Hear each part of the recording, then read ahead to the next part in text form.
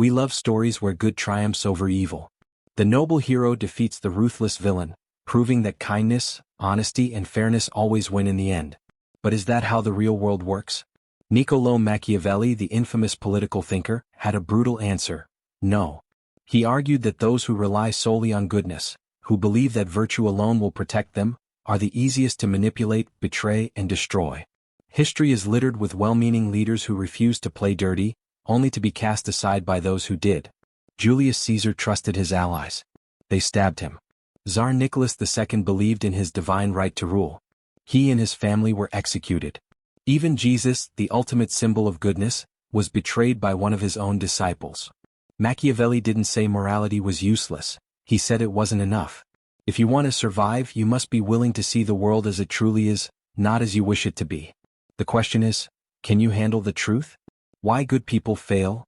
The ruthless reality of power. Imagine two rulers. One is kind, fair, and merciful. The other is ruthless, cunning, and feared. Who do you think lasts longer? Machiavelli's answer: the ruthless one. He wrote The Prince not as a guide to villainy but as a wake-up call. He observed that history punishes the naive and rewards those who understand power. Being good isn't a defense. It's an invitation for exploitation. Look at the modern world. Honest employees get overworked while their manipulative colleagues climb the corporate ladder. Fair politicians get buried under scandals while the corrupt ones control the system. Even in relationships, those who give too much are often taken for granted. Why? Because most people mistake kindness for weakness. And Machiavelli's greatest lesson is this: if you refuse to play the game, you will be played. But what exactly does this game look like? It's not always about backstabbing or deceit, it's about understanding human nature. The reality is, people are often driven by self-interest. Even the most seemingly altruistic individuals often have underlying motives, whether it's social validation, power, or security. Machiavelli warned that the ones who succeed are those who anticipate these hidden motives and act accordingly. If you assume that everyone around you operates with pure intentions, you leave yourself vulnerable. Instead, Machiavelli urged leaders to observe people's actions, not their words. The world isn't built on fairness, it's built on strategy. Those who understand this early on are the ones who shape the course of history. The Machiavellian strategy: how to be good without being weak. So, does this mean you should abandon morality altogether? Not quite. Machiavelli didn't tell people to be evil, he told them to be smart.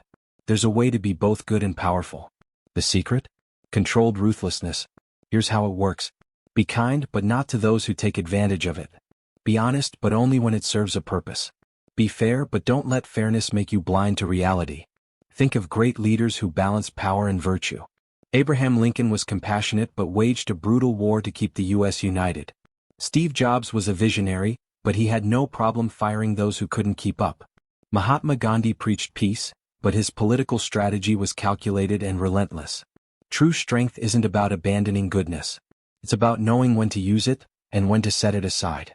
Machiavelli understood that there are times when mercy is a liability.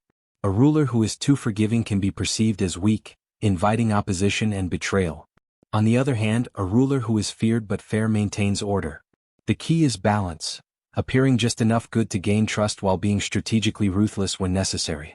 In personal life, this applies too. Many people hesitate to set boundaries because they don't want to seem selfish. But without boundaries, others will dictate your life.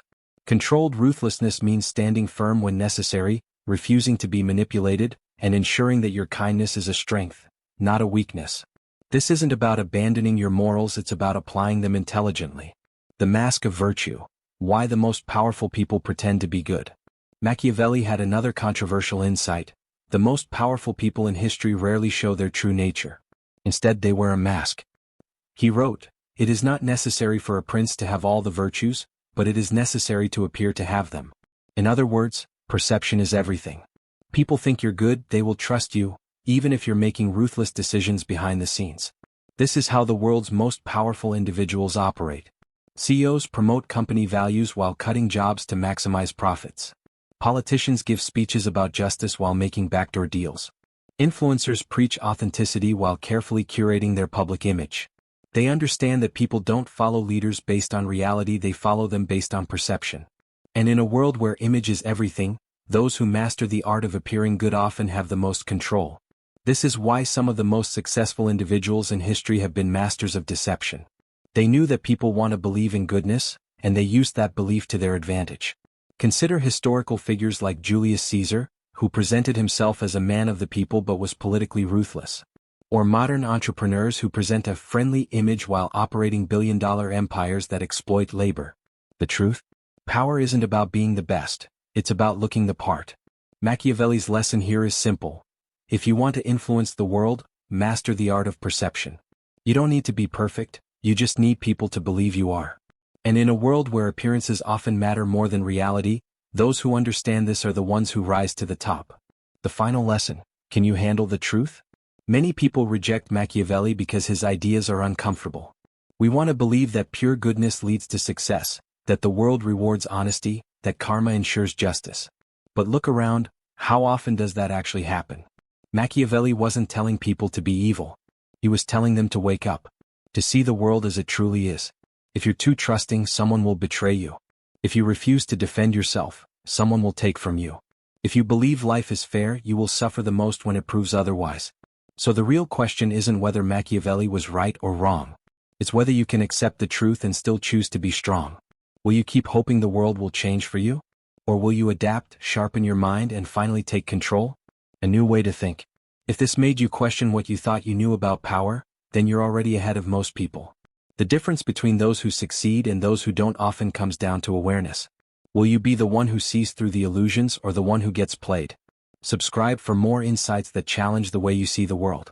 Because in a world full of illusions, those who seek the truth will always have the upper hand.